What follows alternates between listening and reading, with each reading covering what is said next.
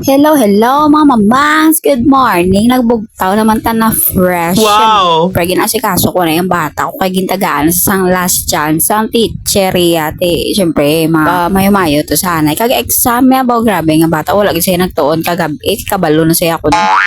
Daw computer, yang nga tanang iya nga utok. Tapos gambal pa na sa dito siya matuon kay mas matandaan niya pa na kuno kay kundire kuno gakalipat sa. Grabe no.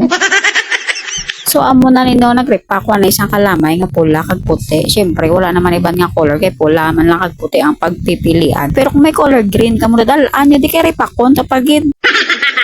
Kag samtang nagarepack ko sang kalamay. Nagalantaw ko ya TV. Ay abaw super lipay-lipay gid bla ang first son kay damo na channel ang amon signal box pero sulit-sulit manggapon.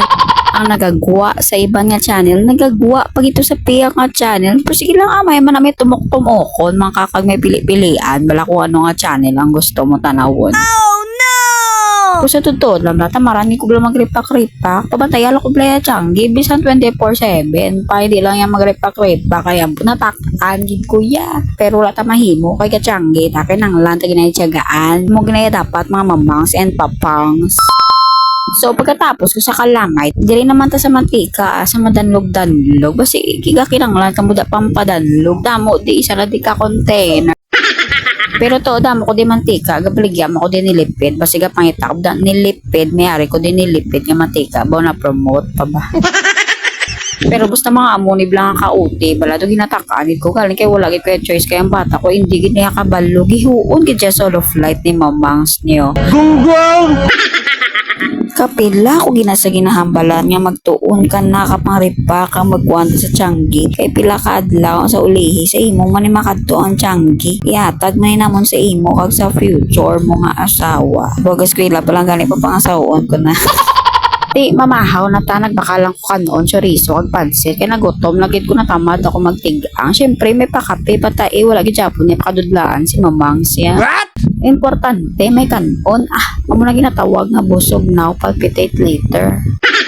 Tudoy gid Tapos ko nagpahuway-huway pa ko pag grabe na daya dapat ang tawa ko galing super smile lang kay may camera. Pero as in tawa-tawa ginadayang ginalantaw ko kay comedy. Ang hari ng sablay na bala.